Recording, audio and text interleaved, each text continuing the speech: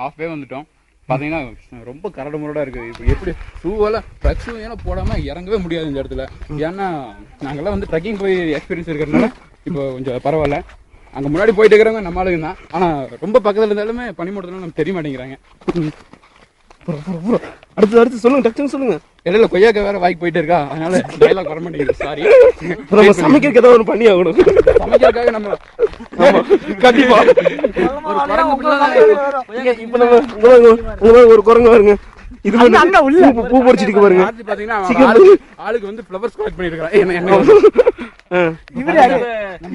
கார்த்தி வந்து flowers collect பண்ணிருக்கா. யாருக்கான நம்ம ஆளுக்காக கலெக்ட் பண்ணிட்டு இருக்கான்.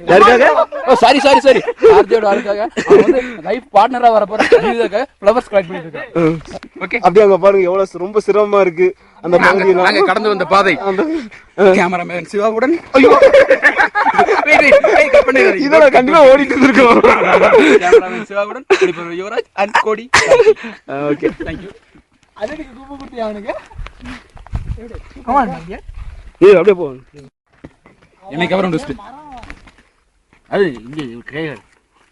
இங்க வாட்ச் பண்ணீங்கன்னா பெரிய ஆறு காற்றாட்டு வெள்ளம் போனதுக்கான அடையாளம் தெரியுது.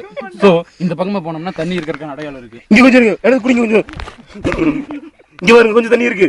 சீக்கிரம் இதெல்லாம் குடிக்கிறதுக்காக அப்படியே காட்டுங்க. படி ஓ அங்க டைனோசர் சீக்கிரம் கமான். இப்ப நம்ம பார்த்தது வந்து பெரிய டைனோசர் கிடையாது. 1000 வருஷத்துக்கு முன்னாடி இருந்து இருக்கிற ஒரு உயிரினம். அது 1000 வருஷத்துக்கு முன்னாடி அழிஞ்சிட்டாலும் இப்போ ஒரே உயிரினத்தை வந்து நாங்க காப்பாத்திட்டு இருக்கிறோம். தட் இஸ் நம்ம டைனோ. ஓகே பாஸ் பண்ணிக்கலாம். என்ன கட் பண்ணிட்டியா? கண்டினியூ பண்ணுங்க. அப்ப நம்ம போய் பாருங்க எவ்வளவு கஷ்டமா இருக்கு. எப்படி போறேன்னு எனக்கே தெரியல. அப்படியே நான் சொல்லுங்க. இவன்